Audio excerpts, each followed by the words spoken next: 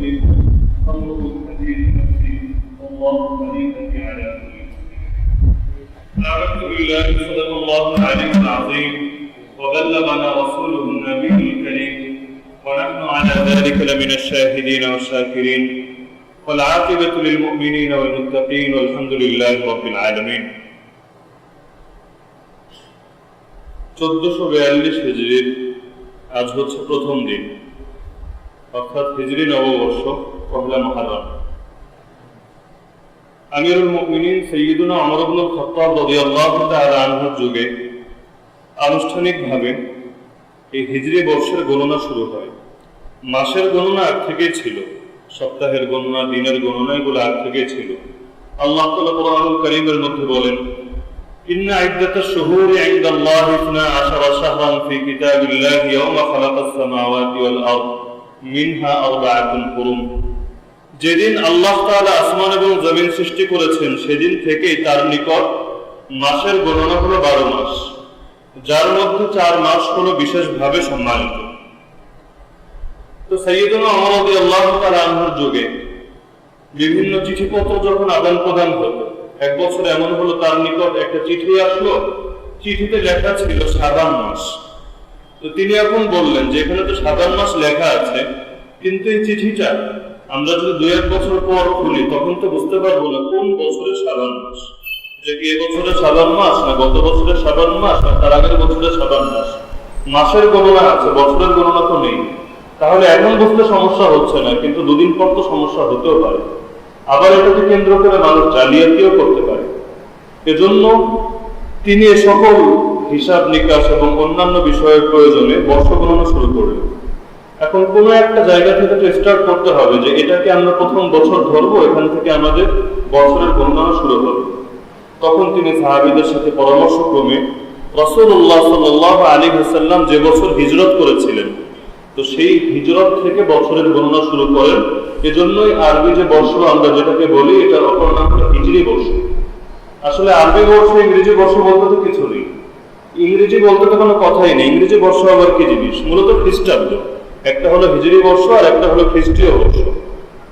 খ্রিস্টীয় বর্ষের সূচনা হচ্ছে ঈসা আলাইহিস সালামের জন্ম থেকে, আর হিজরি বর্ষের সূচনা হচ্ছে রাসূলুল্লাহ সাল্লাল্লাহু আলাইহি ওয়াসাল্লামের মক্কা থেকে মদিনায় যে বছর হিজরত করেন সেই বছর থেকে। তো যাই হোক, ওমর রাদিয়াল্লাহু আনহু 10 বছর খেলাফত করেছিলেন।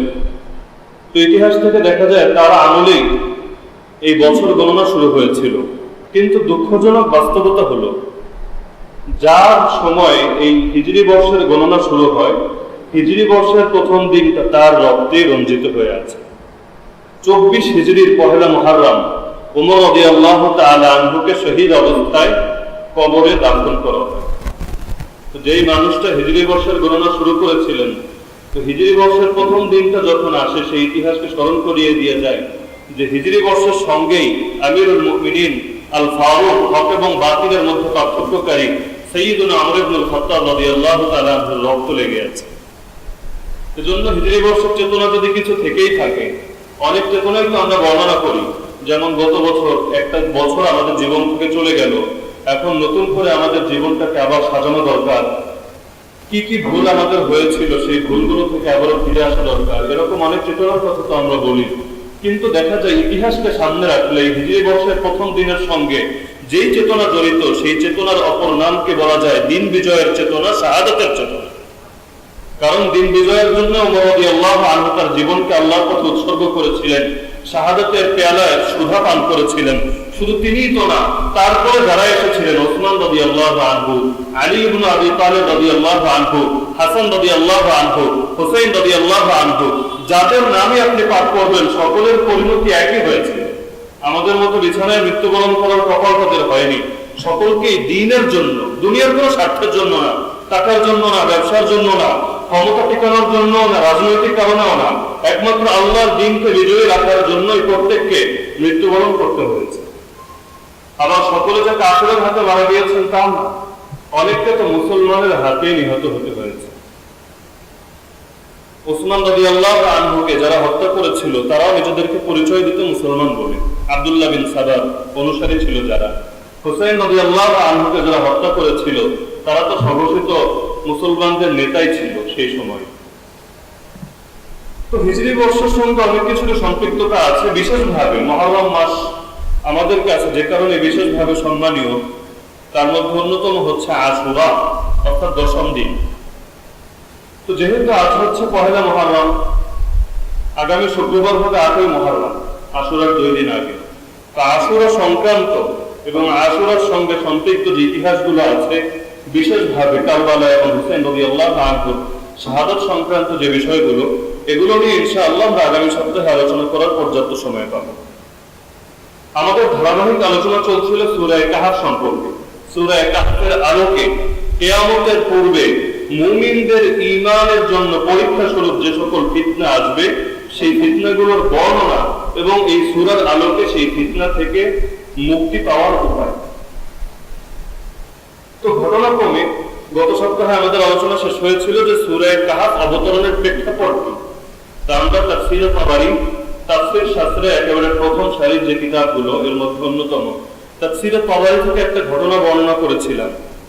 আবার ইলমুল জারহ ওয়া তা'দীল সমালোচনা শাস্ত্রের আলোকে দেখিয়েছিলাম যে বর্ণনার মধ্যে কি কি সমস্যা আছে, কেন এই বর্ণনা গ্রহণযোগ্য নয়।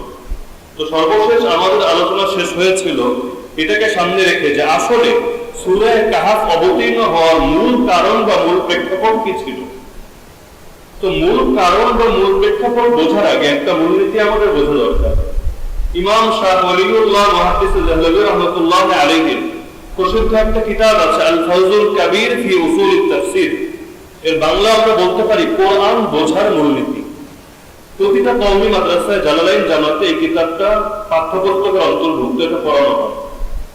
আল ফাউজুল কাবীরের মধ্যে তিনি হাকিকাত আসবাবিন নুজুল, কোরআন অবতীর্ণ হওয়ার মূল কারণের হাকিকত কি, এই অধ্যায়, এটাকে একটা শিরোনাম দিয়ে এই অধ্যায়ে একটা মূলনীতি বর্ণনা করেছেন। এই মূলনীতিটা কোরআন বোঝার জন্য আমাদের সকলেরই জানা উচিত। তিনি লেখেন, وقد ربط عامة المفسرين كل آية من آيات الأحكام وآيات المخاصمة بقصة تروى في سبب نزولها।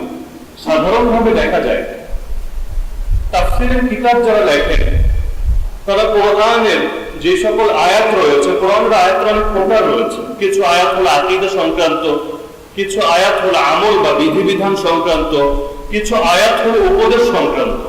মৌলিকভাবে 3টা ভাগ আমরা করতে পারি। এক হলো আকীদা সংক্রান্ত, যেখানে হয়তো আমাদের আকীদা বর্ণনা করা হয়েছে, অথবা ইহুদি, খ্রিস্টান, মুশরিক, মুনাফিক আরো অন্যান্য যত বাতিল গোষ্ঠী আছে তাদের আকীদাগুলো তুলে ধরে সেগুলোর অসারতা বর্ণনা করা হয়েছে। 2 নম্বর হলো বিধিবিধান সংক্রান্ত আয়াত। ওযু কিভাবে করবে, নামাজ কিভাবে পড়বে, হজ কিভাবে আদায় করবে, যাকাত কিভাবে দিবে, রোজা কিভাবে পালন করবে, জিহাদ কিভাবে করবে, সবগুলো বিষয়ের বিধিবিধান সংক্রান্ত আলোচনা। আর তৃতীয় আরেকটা হলো উপদেশ। উপদেশ আল্লাহ বিভিন্ন জিনিসের দ্বারা দেন।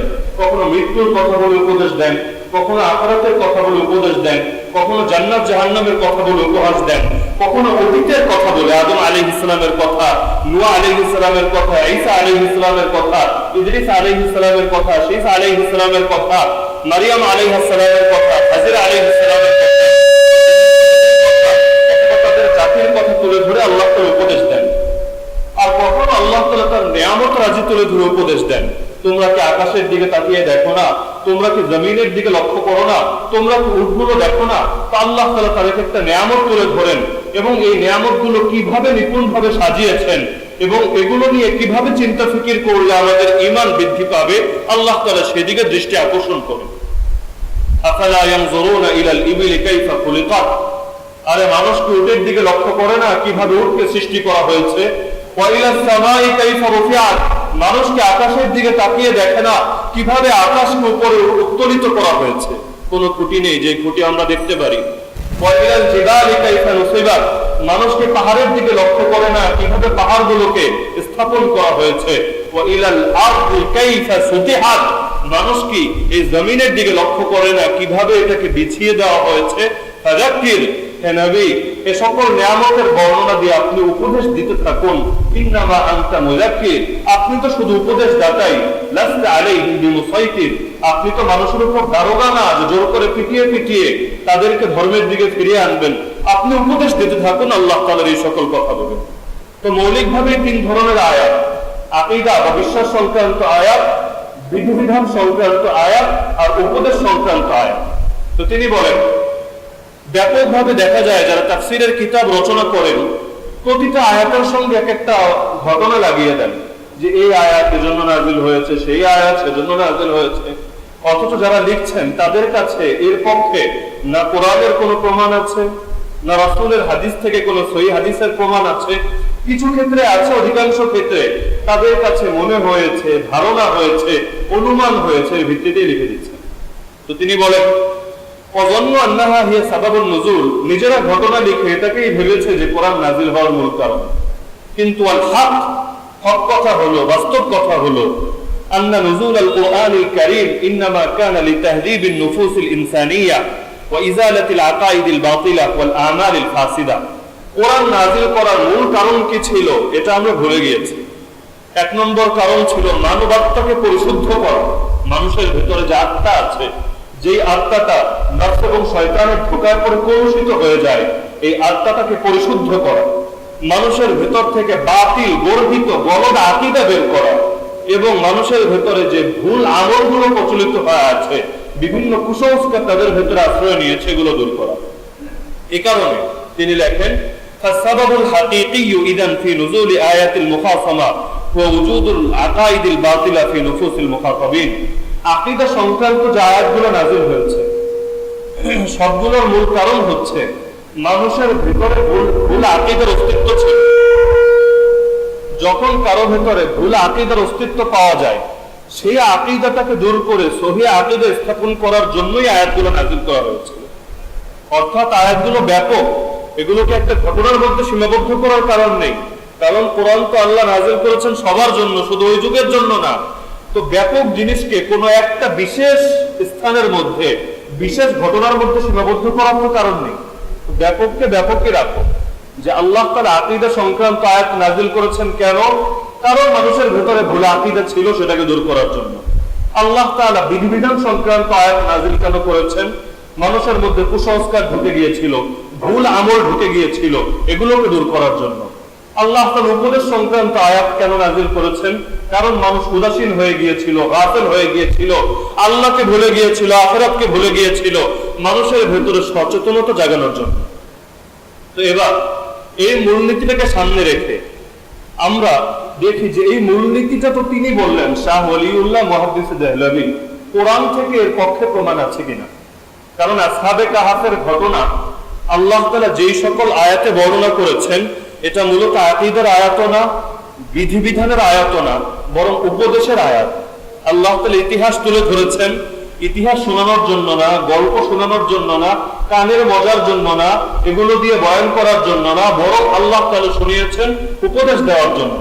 তো উপদেশ সংক্রান্ত আয়াত নাযিলের মূল কারণ তিনি বললেন যে মানুষের ভেতরে যখন গাফলতে ঢুকে যায়, আল্লাহ ওয়ালা মানুষ আল্লাহ ভোলা হয়ে যায়, তখন তাদেরকে সঠিক পথে ফিরিয়ে আনার জন্য, জাহান্নামের দিকে ছুটতে থাকা মানুষগুলোকে জান্নাতের পথের দিশা দেওয়ার জন্য আল্লাহ তাআলা উপদেশের আয়াতগুলো নাযিল করেন। এই দাবি তো শাহ ওলিউল্লাহ দেহলভী করলেন। এবার আমরা দেখব তার এই দাবিটা কোরআনের আলোকে প্রমাণিত কিনা। আল্লাহ তাআলা কোরআনুল কারীমের মধ্যে বলেন, লাকাদ কানা ফী কাসাসিহিম ইবরাতুল লিউলিল আলবাব। আমি আল্লাহ যে এত নবীর কথা বলি, বিভিন্ন অতীতের জাতির গল্প শোনাই, কেন জানো? কারণ এর মধ্যে যারা জ্ঞানী, যারা বোধ বুদ্ধি সম্পন্ন, যারা নিজেদের আকলকে কাজে লাগায়, তাদের জন্য উপদেশের উপকরণ আছে। মা কানা হাদিসা ইফতারা, এগুলো কোনো বানানো গল্প না, এমন কোনো কথা না যেগুলোকে মিছামিছি রটনা করে নেওয়া হয়েছে। ওয়ালাকিন তাসদীকাল্লাযী বাইনা ইয়াদাইহি ওয়া তাফসীলা কুল্লি শাই ওয়া হুদা ওয়া রাহমাতাল লিকাওমিন ইউমিনুন। বরং এগুলো হচ্ছে পূর্বে যা কিছু ছিল সেগুলোর সত্যায়ন। তাওরাতের মধ্যেও বিভিন্ন নবীর কথা এসেছে, বিভিন্ন আগের জাতির কথা এসেছে, জাবুরের মধ্যেও এসেছে, ইনজিলের মধ্যেও এসেছে, ইব্রাহিম আলাইহিস সালামের উপর যে সকল সহিফা অবতীর্ণ হয়েছিল সেগুলোর মধ্যেও এসেছে। তো কোরআনের মধ্যে আল্লাহ এর অনেকগুলো এনেছেন কেন? কারণ যখন সেই জাতিগুলোর সামনে এই আয়াতগুলো আসবে, তারা দেখবে কথা তো মিলে গেছে। তাওরাতও তেমন পেয়েছিলাম, ইনজিলও তেমন পেয়েছিলাম। রাসূলুল্লাহ সাল্লাল্লাহু আলাইহি ওয়াসাল্লাম তিনি তো কোনো বিদ্যালয়ে পড়েননি, তিনি তো তাওরাত জবর ইনজিল পাঠ করে এগুলোর উপর পিএইচডি অর্জন করেননি। তাহলে হুবহু কিভাবে বলে দিলেন? তার মানে এগুলো তিনি বলেন না, এগুলো আল্লাহ তাআলাই তাকে জানান। তো পূর্বের কিতাবের সত্যায়ন হবে, সব জিনিসের বিস্তারিত বিবরণ হবে। কোরআনের মধ্যে আল্লাহ তাআলা সবকিছুর বিস্তারিত বিবরণ রেখে দিয়েছেন। আল্লাহ তাআলা এমন এমন মূলনীতি কোরআনের মধ্যে বর্ণনা করেছেন, যেই মূলনীতিগুলোর মধ্যে জগতের সবকিছুর সমাধান আছে। রাজনীতি বলবেন, অর্থনীতি, শিক্ষা ব্যবস্থা, বিচার ব্যবস্থা, সামরিক ব্যবস্থা, রাষ্ট্র ব্যবস্থা, পররাষ্ট্র ব্যবস্থা, যা কিছুই বলেন সবকিছু একেবারে নিপুণ বর্ণনা আল্লাহ তাআলা রেখে দিয়েছেন কোরআনুল কারীমের মধ্যে। একইভাবে আল্লাহ তাআলা মুমিনদের জন্য হেদায়েত এবং রহমত রেখে দিয়েছেন এই সকল ঘটনার মধ্যে। অন্য এক আয়াতে বলেন, ওয়াকুল্লান নাকুসু আলাইকা মিন আনবাইর রাসূল, আমি আপনার কাছে বিভিন্ন রাসূলের বৃত্তান্ত বা তাদের গল্প বর্ণনা করি। এর উদ্দেশ্য হচ্ছে মা নুসাব্বিতু বিহি ফুআদাক, আমি আপনার অন্তরকে এর দ্বারা শক্তিশালী করি। আমরা সকলে জানি মক্কার জীবনে রাসূলুল্লাহ সাল্লাল্লাহু আলাইহি ওয়াসাল্লাম এবং তার সাহাবীদের উপর বহু নির্যাতন হয়েছে। এমনকি সাহাবীদের কথা রাখেন, শুধু এক রাসূলের উপরে যে নির্যাতন হয়েছিল, আমি আপনি শুধু নাই, রাজবাড়ি না, পুরো বাংলাদেশের সকল মুসলমানেরও ইসলামের কারণে এত নির্যাতন সইতে হয়। তো এত নির্যাতন সামনে আসছে, বাহ্যিক ভাবে যুক্তি দিয়ে যদি বিবেচনা করে, বাহ্যিক উপকরণ দিয়ে যদি বিবেচনা করে, এই অবস্থা থেকে বের হয়ে আসার কোন উপায় সামনে খোলা নেই। না আছে শক্তি, না আছে রাজনৈতিক ক্ষমতা, না আছে সামরিক বাহিনী, কোনো কিছুই তো নেই। এমনকি মাইল খায় আর আল্লাহ তাআলা আদেশ দেয়, ফাসবির সাবরান জামিলা, উত্তম রূপে ধৈর্য ধারণ করো। এক গালে চল খেয়েছো, চুপ থাকো। আর এক গালে যদি মারে, তার কোনো কিছু বলার দরকার নেই, দেখেও না দেখার ভান করো, সব নীরবে হয়ে যাও, আল্লাহর জন্য সবর করো। ইন্নাল্লাহা মা'আস সাবিরিন, তুমি যদি সবর করো তোমার সঙ্গে আল্লাহ আছে। তো বাহ্যিক বিবেচনায় এই অবস্থা থেকে পরিত্রাণ পাওয়ার তো কোনো উপায় ছিল না। এমনকি ইসলামের সূচনা লগ্নে প্রকাশ্যে যে নামাজ আদায় করবেন সেই সুযোগই তো নেই। আর ওয়াজ মাহফিল করবেন দূরের কথা, প্রকাশ্যে নামাজ আদায় করবেন এই সুযোগও নেই। একে গুহার ভিতর গিয়ে লুকিয়ে লুকিয়ে নামাজ পড়তেন। কখন এমন হয়েছে কোন এক মুশরিক দেখে ফেলেছে, দল দল ডেকে নিয়ে এসে সেই সিজদার মধ্যে এসে মাইক শুরু। এমনকি রাসূলুল্লাহ সাল্লাল্লাহু আলাইহি ওয়াসাল্লাম তিনি হারামের ভিতর, কাবার ভিতর সালাত আদায় করছিলেন। যখন সিজদায় গেলেন, তার পিছনের উপর উটের ঘুড়ি চাপিয়ে দেওয়া হলো। আব্দুল্লাহ বিন মাসউদ রাদিয়াল্লাহু আনহু বলেন, চোখের সামনে ঘুরছিল, আমি দেখতে পাচ্ছিলাম, কিন্তু ওয়ানা আনজুর লা উগাইরু শাইআ, তাকিয়ে তাকিয়ে দেখা ছাড়া আমার আর কিছুই করার ছিল না। কারণ তিনি মক্কার অধিবাসী ছিলেন না, মক্কায় তার আত্মীয় স্বজন ছিল না। এখন তিনি যদি এই মুশরিকদের সঙ্গে ফাইটে নেমে যান, তাহলে তিনি নিজেও প্রাণে বাঁচতে পারবেন না, আর এমন কেউ তার নেই যে তাকে প্রাণে বাঁচানোর জন্য সাহায্য করবে। যে এলাকায় মানুষের আত্মীয় স্বজন নেই, স্বাভাবিকভাবে সে সেখানে একটু দুর্বলতা অনুভব করে, সে নিজেকে এক ধরনের বিদেশি ভাবে এবং মানুষও তার এই দুর্বলতা কাজে লাগানোর চেষ্টা করে। তো আব্দুল্লাহ বিন মাসউদ বলেন, ওয়ানা আনজুর, আমি তাকিয়ে তাকিয়ে দেখছিলাম, লা উগাইরু শাইআ, কোনো অবস্থা পরিবর্তন করতে পারছিলাম না, নবীর জন্য কিছুই করতে পারছিলাম না, কলেজা ফেটে যাচ্ছিল। তো সেই অবস্থায় ফাতেমা রাদিয়াল্লাহু আনহা দৌড়ে আসলেন, রাসূলের পিঠ থেকে উটের ঘুড়ি সরিয়ে দিলেন, আর তিনি কুরাইশদেরকে অভিশাপ দিতে লাগলেন। রাসূলুল্লাহ সাল্লাল্লাহু আলাইহি ওয়াসাল্লাম উঠলেন, উঠে দাঁড়িয়ে তিনি আল্লাহর কাছে দোয়া করলেন, আল্লাহুম্মা আলাইকা বিকুরাইশ, হে আল্লাহ, এই কুরাইশের এই মুশরিকদেরকে আপনি ধ্বংস করুন। এরপর নাম নিয়ে নিয়ে বলতে লাগলেন, আল্লাহুম্মা আলাইকা বিআবি জাহল, হে আল্লাহ, আপনি আবু জাহলকে ধ্বংস করুন, উতবাকে ধ্বংস করুন।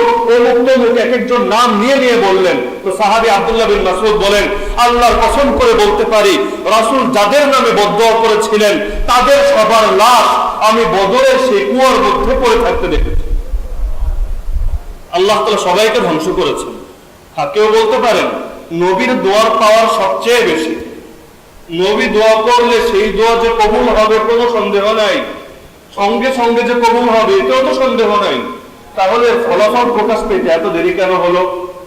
এটা হলো মক্কার শুরুর লগ্নের কথা, আর বদর হয়েছে মদিনায় হিজরত করারও পরের বছর, দ্বিতীয় হিজরিতে। এত বছর কেন লাগলো? আল্লাহকে পারতেন না প্রথম দিনে ধ্বংস করতে? নিঃসন্দেহে পারতেন। নবীর দোয়া শেষ করার আগেই আবু জাহল লুকিয়ে পড়ে যেত, উতবা সাহেবের উপর আসমান থেকে আযাব নাজিল হতো। আল্লাহ পারতেন কিনা? আরে বলেন না, পারতেন কিনা? তো এত দেরি কেন হলো? এর জবাব আল্লাহ তাআলা কুরআনুল কারীমের সূরা তাওবার মধ্যে স্পষ্ট জানিয়ে দিয়েছেন, কাতিলুহুম, তোমরা এই মক্কার মুশরিকদের বিরুদ্ধে লড়াই করো। ইউআযিবুহুমুল্লাহ, তাদেরকে আযাব দিবেন আল্লাহ। কিন্তু আযাব কার হাতে দিবেন জানো? আরে আগে তো আল্লাহ আযাব দিতেন কখনো জিবরিলের হাতে, কখনো মিকাইলের হাতে, কখনো আসমানের ফেরেশতার হাতে। কিন্তু আল্লাহ তাআলা তোমাদের উপর অনুগ্রহ করেছেন, এখন আল্লাহ তাআলা এই পাপীদেরকে আযাব দেওয়ার জন্য না জিবরিলের হাত ব্যবহার করবেন, না মিকাইলের হাত ব্যবহার করবেন, না ইসরাফিলের হাত ব্যবহার করবেন, বরং আল্লাহ তাআলা তোমাদের মুসলমানদের হাত ব্যবহার করবেন। কেন ব্যবহার করবেন জানো? পরে এর জবাব দিচ্ছেন, ইউআযিবুহুমুল্লাহু বিআইদিকুম ওয়া ইউখজিহিম, আল্লাহ তাদেরকে লাঞ্ছিত করবেন, তোমাদেরকে বিজয় দান করবেন। আর এই পরিক্রমাগুলো তোমাদের হাতে হওয়ার মূল কারণ হলো ওয়ায়াশফি সুদুর কওমিল মুমিনিন, আল্লাহ তাআলা মুমিন সম্প্রদায়ের অন্তর প্রশান্ত করে দেবেন। যে তোরা আমাকে মেরেছিলি, এই হাত দিয়ে প্রতিশোধ নিলাম। নিজের হাতে প্রতিশোধ নিলে অন্তর বেশি প্রশান্ত হবে কিনা? আল্লাহ আরো ক্লিয়ার করে দিচ্ছেন, ওয়ায়ুযহিম গায়যা কুলুবিহিম, অন্তরের সব ক্ষোভ, সব অভিমান, সব ক্রোধ আল্লাহ দূর করে দিবেন। কারো স্ত্রীকে মেরে ফেলেছে, কাউকে ঘর থেকে বের করে দিয়েছে, কারো সহায় সম্পদ সব নিয়ে নিয়েছে, তো তোমাদের অন্তরের ভিতরে যে একটা রাগ ছিল, একটা ক্রোধ ছিল, আল্লাহ তাআলা নিজেদের হাতে ওদেরকে আযাব পাইয়ে দিয়ে সেটাকে দূর করে দিবেন। আল্লাহ বলেন যে বিভিন্ন নবীর কথা কেন শোনাই জানো? শোনাই তোমার অন্তরকে শক্তিশালী করার জন্য। কারণ তাদের অসহায়ত্বের কথাগুলো যখন তুমি জানতে পারবে, তখন তোমার একাকিত্ব অনুভব হবে না। নবী যখন জানবেন ইব্রাহিম আলাইহিস নবীনা ওয়া আলাইহিস সালাম তার সম্প্রদায়ের মধ্যে একা ছিলেন, কিন্তু একা থাকা সত্ত্বেও আল্লাহ তাআলা কোরআনে বলেন, ইন্না ইব্রাহিমা কানা উম্মাহ, নিশ্চয় ইব্রাহিম একা ছিল একটা জাতি, একা একটা ব্যক্তি না, একা ছিল একটা জাতি। কারণ এক জাতি মিলে যা করতে পারে এক ইব্রাহিম তা করে দেখিয়েছে। কখনো আগুনে ছুড়ে ফেলা হয়েছে, হত্যার হুমকি দেওয়া হয়েছে, বাবা ঘর থেকে বের করে দিয়েছে, সম্প্রদায়ের লোকেরা শত্রুতা পোষণ করেছে, সবকিছু অবলীলায় এগুলো সয়ে নিয়েছে। কোনো কিছু সত্ত্বেও কোনো আযাবের ভয় করে, কোনো শাস্তির ভয় করে তিনি আল্লাহ তাআলা দাওয়াত দেওয়া বন্ধ করেননি। তো তার ঘটনা যখন নবীর সামনে আসবে, আর নবী যখন জানবেন সেই ইব্রাহিম আলাইহিস সালাম হচ্ছে আমাদের জাতির পিতা, কারণ তার বংশের সন্তানই আমি, তো সেই পিতার আদর্শের উপর যদি আমি থাকি, এর মধ্যেই তো আমার সফলতা। আল্লাহ তাআলা যেমন তাকে সফল করেছেন, আমাকেও সফল করবেন। এই কারণে আমাদের সমাজের মধ্যেও যদি ইসলাম প্র্যাকটিস করার কারণে কারোর উপর পৃথিবী সংকীর্ণ হয়ে আসে, হক প্রতিষ্ঠা করার জন্য কারোর উপর নির্যাতন নিপীড়ন হয়, আর সে যদি নবী এবং সাহাবীদের জীবনী পাঠ করে তার অন্তরের ভেতরে শক্তি অনুভব করে, তার ভেতরে আলাদা একটা প্রেরণা জেগে ওঠে, সে তখন আর নিজেকে একা মনে করে না, কোনো ধরনের অসহায়ত্ব অনুভব করে না। কারণ বাস্তবতা এটাই, যারাই হকের ঝান্ডা নিয়ে দাঁড়িয়ে যাবে তাদের বিরুদ্ধেই শত্রুতা পোষণ করা হবে। সহিহ বুখারীর প্রথম অধ্যায়ের হাদিস, রাসূলুল্লাহ সাল্লাল্লাহু আলাইহি ওয়াসাল্লামের উপর হেরা গুহায় যখন প্রথম ওহী নাযিল হলো, কোরআনুল কারীমের প্রথম 5 আয়াত, ইকরা বিসমি রাব্বিকাল্লাযী খালাক, খালাকাল ইনসানা মিন আলাক, ইকরা ওয়া রাব্বুকাল আকরাম আল্লাযী আল্লামা বিল কলম, আল্লামাল ইনসানা মা লাম ইয়ালাম। তো এই 5 আয়াত যখন নাযিল হলো, রাসূলুল্লাহ সাল্লাল্লাহু আলাইহি ওয়াসাল্লামের উপর এটা সয়ে নেওয়া অনেকটা কষ্টকর হয়েছিল, কারণ ওহী অনেক ভারী জিনিস। আল্লাহ তাআলা যদিও 6 মাস ব্যাপী তাকে প্রস্তুত করেছেন, প্রথম 6 মাস টানা স্বপ্ন দেখিয়েছেন, কিন্তু তারপর ওহীর এতটা ভার ছিল, যখন রাসূলের উপর ওহী নাযিল হতো, হাদিসে এসেছে তার অবস্থা অন্যরকম হয়ে যেত, চেহারা লাল হয়ে যেত। এমনকি একবার একজনের উরুর উপর তিনি মাথা রেখে শুয়েছিলেন, তিনি বলেন এতটা ভার অনুভব করছিলাম, মনে হচ্ছিল যেন পাহাড় এসে আমার উপর রেখে দেওয়া হয়েছে। আল্লাহ তাআলা কোরআনেও বলেন যে আমি তোমার উপর ভারী জিনিস অবতীর্ণ করব। এই ভারী জিনিসের ব্যাখ্যা হলো ওহী। তো যখন আসলো, রাসূলের জ্বর এসে গেল, তিনি বাসায় আসলেন, আসার পর খাদিজা রাদিয়াল্লাহু আনহাকে বললেন, জাম্মিলুনি জাম্মিলুনি, আমাকে চাদর পরিয়ে দাও। তারপর খাদিজা রাদিয়াল্লাহু আনহা তাকে সান্ত্বনা দিলেন, ঘটনা সকলের জানা আছে। এরপর খাদিজা রাদিয়াল্লাহু আনহা রাসূলুল্লাহ সাল্লাল্লাহু আলাইহি ওয়াসাল্লামকে তার চাচাতো ভাই ওরাকা বিন নওফলের কাছে নিয়ে গেলেন, যে দেখেন মুহাম্মদুর রাসূলুল্লাহ সাল্লাল্লাহু আলাইহি ওয়াসাল্লাম তিনি তো এরকম স্বপ্ন দেখেছেন, এখন বিষয়টা আসলে কি? স্বপ্ন দেখেছেন 6 মাস, এরপর তার উপর ওহী এসেছে হেরা গুহার মধ্যে, পুরো ডিটেইল তুলে ধরলেন। সব শুনে ওরাকা বিন নওফল বললেন যে হেরা গুহায় তোমার কাছে যে এসেছে, ইন্নাহু নামুস, সে হচ্ছে জিবরিল, যে পূর্বেও নবীদের কাছে কিতাব নিয়ে এসেছিল। এরপর আরো কিছু কথা বলার পর আফসোস করে বলেছিল, ইয়া লাইতানি লাউ আকুনু হাইয়া ইদ ইউখরিজুকা কাওমুক, হায় সেদিন যদি আমি জীবিত থাকতাম, যেদিন হে মুহাম্মদ তোমাকে তোমার সম্প্রদায়ের লোকেরা বহিষ্কার করে দেবে। রাসূল অবাক হয়ে গেলেন, আমাকে বহিষ্কার করবে, আমাকে বের করে দেবে? এতকাল তারা তাকে জেনে এসেছে আল আমিন, বিশ্বস্ত নামে। সকলে তাকে নির্দ্বিধায় সম্মান দিয়ে থাকে, সবাই তার কাছে নির্ভয়ে আমানত রাখে, এমনকি তার উত্তম চরিত্রের ব্যাপারে, তার গুণের ব্যাপারে মক্কার মধ্যে দুজন লোক কখনো দ্বিমত করবে না। তো তিনি অবাক হয়ে গেলেন, আমাকে বের করে দেবে, এটা হতে পারে? মানুষ বের করে অপরাধীকে, আমি তো কোনো অপরাধী না। তো তিনি বললেন, তুমি যে দাওয়াত নিয়ে এসেছো, ওই হকের দাওয়াত নিয়ে যেই এসেছে ইল্লা উদিয়া, তার সঙ্গেই শত্রুতা পোষণ করা হয়েছে। আল্লাহ তাআলা কোরআনের অন্য আয়াতে আরো ব্যাখ্যা করে দিয়েছেন যে দেখো, শত্রুতা পোষণ করা হয়েছে এটা ভেবো না যে আমার কন্ট্রোলের বাইরে চলে গিয়েছিল আর শয়তান এই সুযোগকে লুফে নিয়ে তাদের বিরুদ্ধে শত্রু দাঁড় করিয়ে দিয়েছিল। বিষয়টা এরকম না, বরং আল্লাহ বলেন বিষয়টা হচ্ছে ওয়াকাযালিকা জাআলনা লিকুল্লি নাবিয়্যিন আদুওয়াম মিনাল মুজরিমিন, আমি আল্লাহ নিজে প্রত্যেক নবীর জন্য অপরাধীদের মধ্য হতে শত্রু বানিয়ে দেই। শত্রু বানান কে? আল্লাহ বলছেন আমি নিজে বানাই, আমার কন্ট্রোলের বাইরে গিয়ে ইবলিস বানায়। বিষয়টা এরকম না, আমি আল্লাহ বানাই। কেন বানাই? পরীক্ষা করার জন্য বানাই। কারণ আল্লাহ পৃথিবীকে বানিয়েছেন, আমাদেরকে এখানে পাঠিয়েছেনই পরীক্ষা করার জন্য। তো যার মর্যাদা যত বেশি তার পরীক্ষাও তত বেশি। নবীদের পরীক্ষা বেশি, সেই হাদিসে এসেছে, বুখারীর হাদিসের মধ্যেই বর্ণিত হয়েছে। এই কারণে আল্লাহ তাআলা যাকে যত বেশি ভালোবাসেন তার বিরুদ্ধে শত্রুও তত বেশি দাঁড় করিয়ে দেন। তো মা নুসাব্বিতু বিহি ফুআদাক, আমি এই সকল গল্প তোমার সামনে বর্ণনা করি তোমার অন্তরে শক্তি যোগানোর জন্য।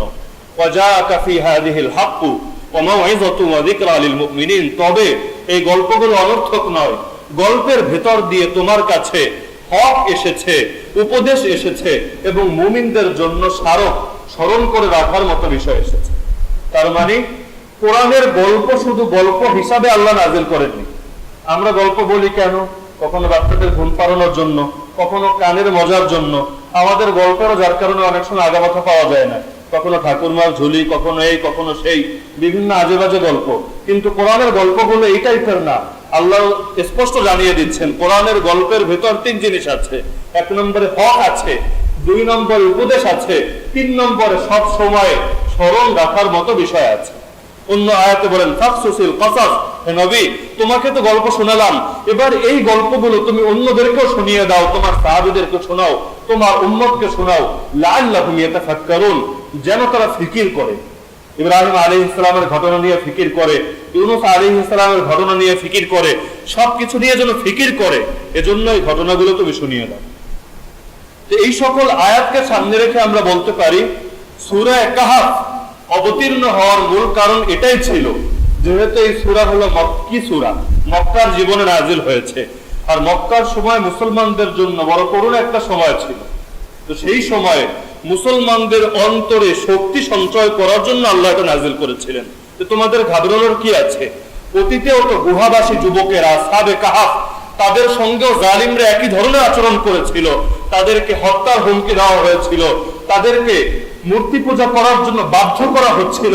অবশেষে তারা নিরুপায় হয়ে সম্প্রদায়কে ছেড়ে এক পাহাড়ের গর্তের ভিতর চলে গেল, তাদের সঙ্গে একটা কুকুরও গিয়ে আশ্রয় নিল। সেখানেই আল্লাহ তাআলা তাদেরকে বছরের পর বছর সেখানে ঘুমন্ত অবস্থায় রেখে দিলেন। এরপর নির্ধারিত সময়ে আল্লাহ তাদেরকে জীবন দান করলেন। মানুষ তাদের অবস্থা দেখার পর আবার আল্লাহ তাদেরকে মৃত্যু দান করলেন, এখন তারা সেখানেই রয়েছে। তো এই যে আল্লাহ তাআলা পুরোটা বর্ণনা করলেন মুসলমানদের অন্তরে শক্তি সঞ্চয় করার জন্য। কারণ কোরআনুল কারীমে আল্লাহ বলেন ওয়াজকুরু, স্মরণ করো সেই সময়ের কথা, ইয আনতুম কালিল, যখন তোমরা ছিলে অল্প কজন, সংখ্যায় খুবই কম, কখনো 10 জন, কখনো 20 জন, কখনো 30 বা 40 জন, মুস্তাদআফুনা ফিল আরদ, তোমাদেরকে জমিনে দুর্বল মনে করা হতো। এখনো দুনিয়ার বুকে মুসলমানদেরকে দুর্বল মনে করা হয় কিনা? দুর্বল, অসহায়, নিরীহ, অন্যদের করুণা নিয়ে বেঁচে থাকার মতো একটা অবস্থা। কোনো কিছু যদি আমাদের উপর চাপিয়েও দেওয়া হয়, নির্যাতনও করা হয়, যে নির্যাতন করে তার কাছে গিয়ে হাত পাততে হয়, বাবা আর মেরো না। অথবা ফেরাউনের কাছে বিচার নিয়ে যেতে হয় হামানের বিপক্ষে, আবু জাহলের কাছে বিচার নিয়ে যেতে হয় আবু লাহাবের বিপক্ষে। তো আমাদেরকে পৃথিবীতে দুর্বল করে রাখা হয়েছে।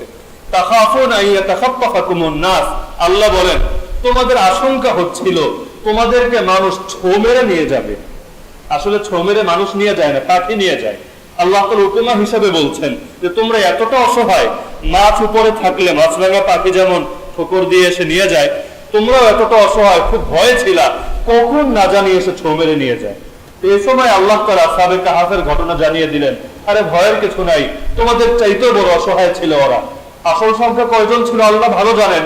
খ্রিস্টীয় বইপত্রে তাদের ঘটনা এসেছে 7 স্লিপার্স নামে, যারা লোকে বোঝা যায় তারা 7 জন ছিল। তো 7 হোক আর 9 হোক আর 3 হোক, তারা কম ছিল, এই ব্যাপারে কোনো সন্দেহ নেই। দুর্বল ছিল, অসহায় ছিল, নিরীহ ছিল, কিন্তু আল্লাহ তাআলা তাদেরকে চিরকালের জন্য সম্মানিত করে দিলেন। তো এবার আমরা আসি সূরা অবতরণের প্রেক্ষাপট তো বুঝলাম। যেহেতু এই সূরা হলো দাজ্জালের ফিতনা থেকে মুক্তি পাওয়ার রক্ষা কবচ, তো দাজ্জালের সঙ্গে এই সূরার কানেকশনটা কি এটা আমাদের বোঝা দরকার। এই বিষয়টা বোঝার জন্য আর একটা বিষয় বুঝে আসতে হবে, সেটা হলো দাজ্জালের ভ্রান্তির উৎসটা আসলে কি। আমরা জানি দাজ্জাল অস্বাভাবিক শক্তি এবং অলৌকিক ক্ষমতার অধিকারী হবে, যেটা স্বাভাবিকভাবে মানুষের ভেতরে থাকে না। অনেক বিষয় এমন যেগুলো বাহ্য দৃষ্টিতে অসম্ভব, তার কাছে সেটাই সম্ভব হয়ে যাবে। এখন চিন্তার বিষয় হলো অলৌকিক বা অস্বাভাবিক বিষয়ে প্রকাশ পাওয়া, এটা এমন কোন ট্র্যাজেডি না বা এমন কোন বিষয় না যা মানুষকে দাজ্জাল বানিয়ে ছাড়ে। কারণ অলৌকিক বিষয় অনেকের থেকেই প্রকাশ পায়। নবীদের থেকে মুজিজা প্রকাশ পেয়েছে কিনা, ওলিদের থেকে সাহাবীদের থেকে কারামত প্রকাশ পেয়েছে কিনা, এগুলোও তো অলৌকিক। দাজ্জালের বিষয়টাও তো অলৌকিক। তাহলে অলৌকিক অস্বাভাবিক শক্তি সামনে আসাটাই তো মানুষকে দাজ্জাল বানিয়ে দেয়, বিষয়টা এরকম না। আমাদের বর্তমান পৃথিবীতে শিল্প বিপ্লবের যে উন্নতি এবং উৎকর্ষ, এখন থেকে 1000 বছর আগে বিগত হয়েছে যে মানুষ, তাকে যদি কবর থেকে উঠিয়ে এনে এগুলো দেখানো যেত, তার কাছে পুরোটাই অস্বাভাবিক। মেশিনের ভেতর কাঠ ঢুকালে টাকা বের হয়ে আসে, এটা ভাবতে পারবে আগের যুগের মানুষ? এমনকি মোবাইলে যে কথা বলে, এটাই তো অনেকের কাছে একটা অবাক ব্যাপার। এমনকি ছোটবেলায় তো আমরাও দেখতাম অনেক মুরব্বী এটা অবাক হয়ে যেত, টিভি 14 ইঞ্চির 21 ইঞ্চির একটা টিভির ভিতর এত বড় একটা মানুষ ঢুকলো কেমনে? আবার ঢুকে ভেতরে দেখি হাঁটে, চলে, ফিরে, সবকিছু করে, কিভাবে সম্ভব? এটা অবাক হয়ে যায়। অথচ তারা খুব কাছাকাছি সময়ের মানুষ, এখনো জীবিত। তো বর্তমান সময়ে আমরা যে উন্নতি এবং উৎকর্ষে বাস করছি, এটাই তো অস্বাভাবিক, পুরোটাই বলতে গেলে অস্বাভাবিক। একটা সময় কি মানুষ কখনো ভেবেছে যে মানুষ চাঁদে যাওয়ার কল্পনা করবে, মঙ্গল গ্রহে জায়গা কিনবে কিনা এটা নিয়েও পত্রিকায় বিজ্ঞপ্তি দেওয়া হবে, মানুষ গাড়িতে চালাবে, তাও আবার এখন গাড়ির ঘোষণা দিচ্ছে যে ইয়ামাহা নতুন গাড়ি আনবে, যে গাড়ি চালাতে তেলও লাগবে না, পানি দিয়ে চলবে। তো আগের যুগে মানুষ তো এটা ভাবতেই পারতো না। তো এখন এই উন্নতিটাই কি মানুষকে দাজ্জাল বানিয়ে ছাড়ে? তাহলে তো এই যুগের ইউরোপওয়ালারাও দাজ্জাল, আমেরিকাওয়ালারাও দাজ্জাল, বারাক ওবামাকেও বলতে হবে দাজ্জাল, ট্রাম্পকেও বলতে হবে দাজ্জাল। তাহলে দাজ্জালের ভ্রান্তির উৎসটা আসলে কি? শুধু ক্ষমতাই তো কাউকে দাজ্জাল বানায়। তো এই বিষয়টা বোঝা দরকার কিনা? যদি বুঝি তাহলে এই সূরার সঙ্গে দাজ্জালের কানেকশন বোঝাটাও সহজ হয়ে আসবে। এখন দাজ্জালের অস্বাভাবিক ক্ষমতার ধরনের তো অভাব নেই। সহিহ হাদিসেই বহু ধরনের ক্ষমতার কথা বর্ণিত হয়েছে।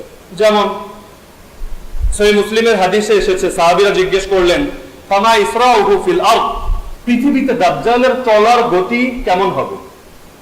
দেখেন, এই যুগে আমাদের সামনে বিমান আছে, আমাদের সামনে রকেট আছে, আমাদের সামনে কারেন্টের দ্বারা পরিচালিত বিভিন্ন দেশের যে অনেক স্পিডে চলা ট্রেন, এগুলো আমাদের সামনে নমুনা আছে। কিন্তু যেই যুগে রাসূল হাদিস বলছেন, সেই যুগে স্পিডের জিনিস বলতে তো ঘোড়ার উপর আর কি আছে। তো সেই যুগে বলা হচ্ছে যে দাজ্জালের চলার গতি হবে কাল গাইফি ইস্তাদবারাতুর রিহ, বাতাস পরিচালিত মেঘের মতো। এমনি তো মেঘ চলে অনেক স্পিডে, আবার যদি বাতাস বইতে থাকে, সেই বাতাসের ধাক্কায় মেঘের স্পিডটা কত বেশি হয় স্বাভাবিক চোখ দিয়ে দেখা যাবে না, কিন্তু আপনি যদি এটা বিজ্ঞানের গবেষণাটা সামনে রাখেন তাহলে অবাক হয়ে যাওয়ার মতো বিষয়। এই যুগের জন্য যতটা অবাক হওয়ার বিষয়, রাসূল যেই যুগে হাদিস বলছেন সেই সময় আরো বেশি অবাক হওয়ার বিষয়। তো দাজ্জালের চলার গতি হবে এত বেশি, চলার গতি এত বেশি হবে বলেই তো মাত্র 1.5 বছরের মতো সময়, 40 দিন। যদিও 40 দিনের ব্যাখ্যা রাসূল দিয়েছেন, সামনে আসবে, যার পুরো ডিটেইল সামনে আনলে হয় প্রায় 1.5 বছরের মতো সময়। এই 1.5 বছরে সারা পৃথিবী বিচরণ করা, এরকম গতি না থাকলে বাস্তবে অসম্ভব ছিল। অন্য হাদিসে তামিম দারি রাদিয়াল্লাহু আনহুর বিস্তারিত হাদিস, যা সহিহ মুসলিমে বর্ণিত হয়েছে, তার সঙ্গে দাজ্জালের সাক্ষাৎ হয়েছিল। কারণ দাজ্জাল এখনো বর্তমান আছে, কোথায় আছে আমরা নিশ্চিতভাবে বলার সুযোগ নেই, সেখানে থেকে কি করছে তা আমরা জানি না। যত হাদিসে দাজ্জালের কথা বলা হয়েছে, সব জায়গায় বলা হয়েছে আত্মপ্রকাশ করবে। জন্মগ্রহণ করা এক জিনিস, আত্মপ্রকাশ করা আরেক জিনিস। কোন হাদিসে বলা হয়নি দাজ্জাল শেষ জামানায় জন্মগ্রহণ করবে, বরং বলা হয়েছে দাজ্জাল শেষ জামানায় আত্মপ্রকাশ করবে। আর তামিম দারি রাদিয়াল্লাহু আনহুর হাদিস যখন রাসূলের সামনে আসে, রাসূল বলেন সে সত্য বলেছে, এটাকে তিনি মেনে নেন এবং হাদিসের মানও সহিহ, যার কারণে বুখারীর পর সবচেয়ে বেশি বিশুদ্ধ গ্রন্থ সহিহ মুসলিমে সেই হাদিস এসেছে। দাজ্জালের সঙ্গে তাদের যে টিম ছিল, সেই টিমের লম্বা আলোচনা হয়েছে, পুরোটা আমাদের বলা উদ্দেশ্য না। দাজ্জাল তাদেরকে শেষে জিজ্ঞেস করেছিল, আখবিরুনি আন নাবিয়িল উম্মিয়িন, উম্মিদের নবীর কথা জানাও, তার কি অবস্থা, মাযা ফাআল ক্বালু, তারা বললেন ক্বাদ খারাজা মিন মক্কা ওয়া নাযালা ইয়াসরিব, তিনি মক্কা থেকে বের হয়ে গেছেন, মদিনায় গিয়ে হিজরত করেছেন। ক্বালা আকাতালাহুল আরব, দাজ্জাল জিজ্ঞেস করল আরবের লোকেরা কি তার সঙ্গে যুদ্ধ করেছে? তার মানে দাজ্জালকে এই নলেজগুলো আগে জানিয়ে রাখা হয়েছে। দাজ্জাল গায়েব জানে না, রাসূলকে বের হয়েছেন কিনা, বের হয়ে এখন কোথায় আছেন জানে না, কিন্তু এরকম কিছু যে ঘটবে তাকে আগেই তার নলেজে দিয়ে রাখা হয়েছে। জিজ্ঞেস করলো আকাতালাহুল আরব, তার সঙ্গে কি আরবের লোকেরা যুদ্ধ করেছে? কথা হচ্ছে কার সঙ্গে? তামিম দারি রাদিয়াল্লাহু আনহু, সাহাবী, তার সঙ্গে। তো যেখানে তাদের সঙ্গে কথা বলা যদি সম্ভব হয়, তাহলে এই যুগেও কোন মানুষ দাজ্জালের সঙ্গে কানেকশন রাখতে পারে, এটা কি অসম্ভব? কারণ যেই সময়ে তাদের সঙ্গে কথা হচ্ছে, সেই সময়ে তারা ইসলাম গ্রহণ করেন, ইসলাম গ্রহণ করার আগের যুগের কথা। সেই সময়ে তাদের সঙ্গে দাজ্জালের সাক্ষাৎ হয়েছে, দাজ্জালের সঙ্গে কথোপকথন হয়েছে। তাহলে এই যুগে কোন মানুষ, কুফরের ধ্বজাধারী যারা, কুফরি পরাশক্তির অধিকারী যারা, তাদের সঙ্গে দাজ্জালের কোন ধরনের সম্পর্ক নেই, কোন ধরনের পরামর্শ তারা গ্রহণ করে না, এটাকে নিশ্চিত ভাবে বকাত্ত ভাবে বলার সুযোগ আছে? হ্যাঁ বলারও সুযোগ নেই, না বলারও সুযোগ নেই, আল্লাহ ভালো জানেন। হতে পারে আছে, হতে পারে নাই। দাজ্জাল কোথায় আছে সেটাও যেন আমরা জানি না। কারো কারো ধারণা বারমুডা ট্রায়াঙ্গেলের ভেতর দাজ্জালের অবস্থান, কেউ কেউ আরো বিভিন্ন দ্বীপের কথা বলেছে, আল্লাহ ভালো জানেন। এবং তাদের সঙ্গে এদের কানেকশন আছে কিনা সেটাও আল্লাহ ভালো জানেন। দাজ্জালের মূল শক্তি হবে জাদু, সেই জাদু কি বের হওয়ার পরে সে প্রকাশ করবে, নাকি সেখানে থেকেও সে এর বিভিন্ন প্রকাশ ঘটাচ্ছে, সেটাও আল্লাহ ভালো জানেন। দাজ্জালের মূল বাহিনী হবে ইহুদিরা, আর ইহুদিরা তো এমন বজ্জাত জাতি যারা আল্লাহর নবীকেও জাদু করেছিল, যার কারণে আল্লাহর নবী দীর্ঘদিন পর্যন্ত অসুস্থ ছিলেন, খাবার খেয়েছিলেন কিনা ভুলে যেতেন, এমন অসহায় একটা অবস্থার মধ্যে পড়ে গিয়েছিলেন। এরপর আল্লাহ তাআলা সূরা ফালাক এবং সূরা নাস, এই দুই সূরার 11টা আয়াত নাযিল করেন। এই 11টা গিরা দিয়ে রাসূলকে জাদু করা হয়েছিল। তিনি এক একটা গিরা তেলাওয়াত করেন, আর এক একটা আয়াত তেলাওয়াত করেন, আর এক একটা গিরা খুলে যান। দাজ্জালের বিষয়টা আল্লাহ এবং তার রাসূল যতটুকু জানিয়েছেন এর চেয়ে বাইরে বলার সুযোগ নেই, কিন্তু সম্ভাবনা অনেক কিছুই থাকতে পারে। তো বলল তার সঙ্গে কি আরবরা যুদ্ধ করেছে? আমরা বললাম নাম, হ্যাঁ যুদ্ধ করেছে। কাইফা সানা আলাইহিম, আচ্ছা তিনি আরবের সঙ্গে কেমন আচরণ করেছেন? ফাআখবারনাহু আন্নাহু ক্বাদ যাহারা আলা মান ইয়ালিহি মিনাল আরব ওয়া তাউ, আমরা তাকে বললাম রাসূল আশপাশের যত আরব গোষ্ঠী আছে তাদের সঙ্গে যুদ্ধ করে বিজয়ী হয়ে গেছেন এবং তারা তার বশ্যতা স্বীকার করে নিয়েছে। তখন দাজ্জাল বলল ক্বাদ কানা যালিকা, এটা কি বাস্তবেই ঘটে গেছে? অবাক হয়ে জিজ্ঞেস করছে, এটা কি বাস্তবেই ঘটে গেছে? তখন আমরা বললাম হ্যাঁ বাস্তবেই ঘটে গেছে। তখন দাজ্জাল বলল আমা ইন্না যাকা খায়রুল লাহুম আন ইউতিউ, ওদের জন্য রাসূলের বশ্যতা স্বীকার করে নেওয়াটাই ভালো হয়েছে। তার মানে দাজ্জালের নলেজও আগ থেকে দেওয়া আছে, রাসূলের বশ্যতা যদি স্বীকার না করে, রাসূলের বিরুদ্ধে যদি যুদ্ধ জারি রাখে, অস্তিত্বই থাকবে না। তাহলে বশ্যতা স্বীকার করে নিয়েছে, এটা ওদের জন্য ভালো হয়েছে। তার মানে দাজ্জাল তো চায় না যে রাসূলের অনুসারী বাড়ুক, কিন্তু বাস্তবতা তো দাজ্জালের জানা আছে। সে তো এটাও জানে যে আরেক আল্লাহর নবী ঈসা আলাইহিস সালামের হাতেই তার হত্যা হবে, যার কারণে হাদিসের সামনে আসবে ঈসা আলাইহিস সালামকে যখন দেখবে, দেখে সে এমন ভাবে গলে যাবে যেভাবে লবণ পানির ভেতরে গলে যায়। দেখেই তার এত শক্তি, এত ক্ষমতা, সব শেষ, দেখেই প্রাণের ভেতরে আর কোনো কিছু থাকবে না। রাসূলের ব্যাপারে রাসূল নিজেই বলেন সেই হাদিসের মধ্যে, নুসিরতু বির-রুব, আমাকে রূবের দ্বারা সাহায্য করা হয়েছে। রূব মানে ভয়, ভীতি। যারা আল্লাহর দুশমন আমাকে দেখলেই ভয় পেয়ে যায়। এমনকি ওমর রাদিয়াল্লাহু আনহুর ব্যাপারে তো সকলেই জানেন, উমর রাদিয়াল্লাহু আনহু এক পথ দিয়ে চললে, আরে মানুষ শয়তান তো দূরের কথা, জিন শয়তানও সেই পথ ছেড়ে অন্য পথ ধরত। তো যারা আল্লাহর খাঁটি বান্দা হয়, আল্লাহ তাআলা দুশমনদের ভেতরে তাদের একটা ভয় ঢেলে দেন যে তারা হয়তো বাহ্যিক ভাবে সেই মানুষগুলো দুর্বল। রাসূল মক্কার জীবনে দুর্বল ছিলেন, তো রাসূলুল্লাহ সাল্লাল্লাহু আলাইহি ওয়াসাল্লাম সবসময় যে বড় ফোর্স নিয়ে থাকতেন বিষয়টা তো এরকমও না, কিন্তু একটা ভয়, হকের ভয়, যেই ভয় আল্লাহ তাআলা হকপন্থীদের ভেতর দিয়ে রাখেন। তো এরপর দাজ্জাল বলছে, ওয়াইন্নী মুখবিরুকুম আন্নী, আমি কে পরিচয় দিচ্ছে শোনো, ইন্নী আনাল মাসীহ, আমি হচ্ছি মাসীহ দাজ্জাল। দাজ্জালকে মাসীহ কেন বলা হয়? মাসীহ মানে মুছে দেওয়া হয়েছে।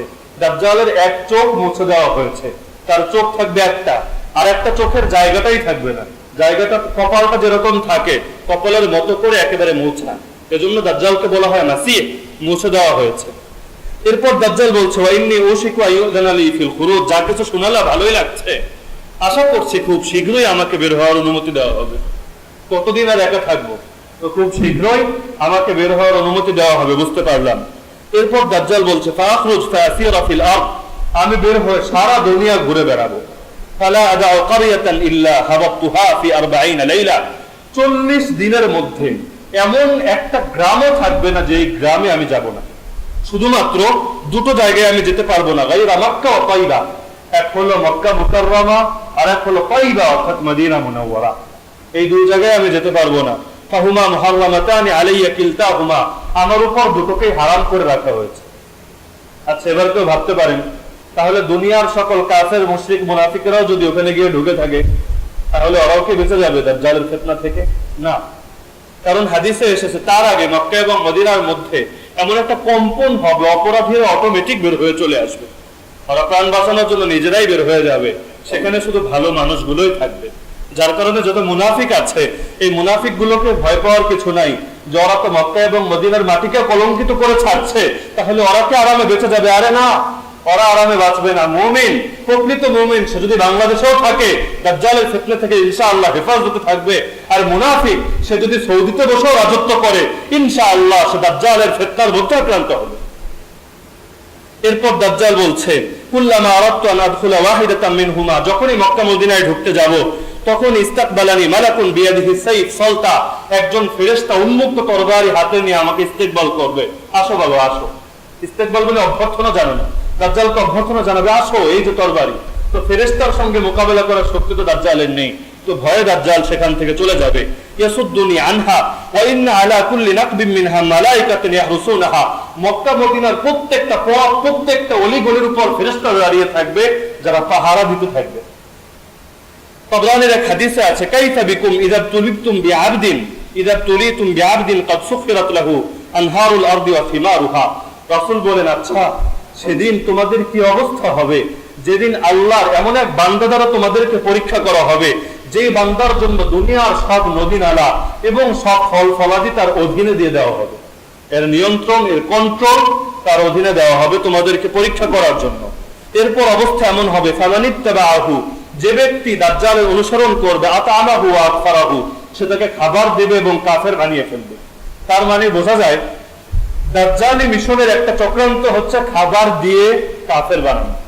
এই যুগেও চক্রান্ত প্রয়োগ করে কিনা বিভিন্ন খ্রিস্টান মিশনারি, বিভিন্ন এনজিও সংস্থা অসহায়, দারিদ্র পীড়িত, বন্যা কবলিত বিভিন্ন দরিদ্র যে অঞ্চলগুলো থাকে সেগুলোতে যায়, খাবার দেয়, খাবারের লোভ দেখিয়ে কাফের বানায়। দাজ্জালের আচরণও হবে এটা, আর দাজ্জালের অনুসারী যারা তাদের আচরণও আমরা দেখতে পাচ্ছি এটা। ওয়ামান আসাহু, যে দাজ্জালের কথা শুনবে না, হারামাহু ওয়া মানাহু, দাজ্জাল থেকে বঞ্চিত করবে এবং তার উপর সবকিছু নিষিদ্ধ করে দিবে, তার ফল ফলাদিও সে পেতে পারবে না, দাজ্জাল নিয়ে নিবে, এক অসহায় পরিণত হয়ে যাবে। অন্য হাদিসে এসেছে, রাসূল বলেন, ইয়াখরুজুদ দাজ্জাল ফি খাফকাতিন মিনাদ দ্বীন ওয়া ইদবারিন মিনাল ইলম, দাজ্জাল প্রকাশ পাবে যখন দ্বীন অস্ত যাবে। অস্ত যাবে মানে কি, যে দ্বীনের হকপন্থীর সংখ্যা কমে যাবে, তারা গোলাবা হয়ে যাবে, আর অধিকাংশ যারা থাকবে দ্বীনের নামে বদ্দীনের চর্চা করবে, আর প্রকৃত ইলম, সহিহ ইলম সমাজ থেকে হারিয়ে যাবে, মানুষ অন্ধ পূজারী হয়ে যাবে, ইলমের চর্চা করবে না, দাজ্জালের ইলমও চিনবে না, ফিতনার ইলমও জানবে না, আকীদাও জানবে না, ঈমানও ঠিক রাখবে না। তো এই অবস্থায় দাজ্জাল প্রকাশ করবে। ফালাহু 40 লাইলা, তাকে 40 দিন সুযোগ দেওয়া হবে। এই 40 দিনে সারা পৃথিবী ঘুরে বেড়া হবে এবং প্রথম দিন হবে 1 বছরের সমান। দ্বিতীয় দিন হবে 1 মাসের সমান, তৃতীয় দিন হবে 1 সপ্তাহের সমান, বাকি 37 দিন তোমাদের দিনগুলোর মতোই হবে। তো সবগুলো মিলালে প্রায় 101 বছরের মতো হয়। আরবি 1 বছর মানে হিজরি বর্ষের হিসাব 360 দিন।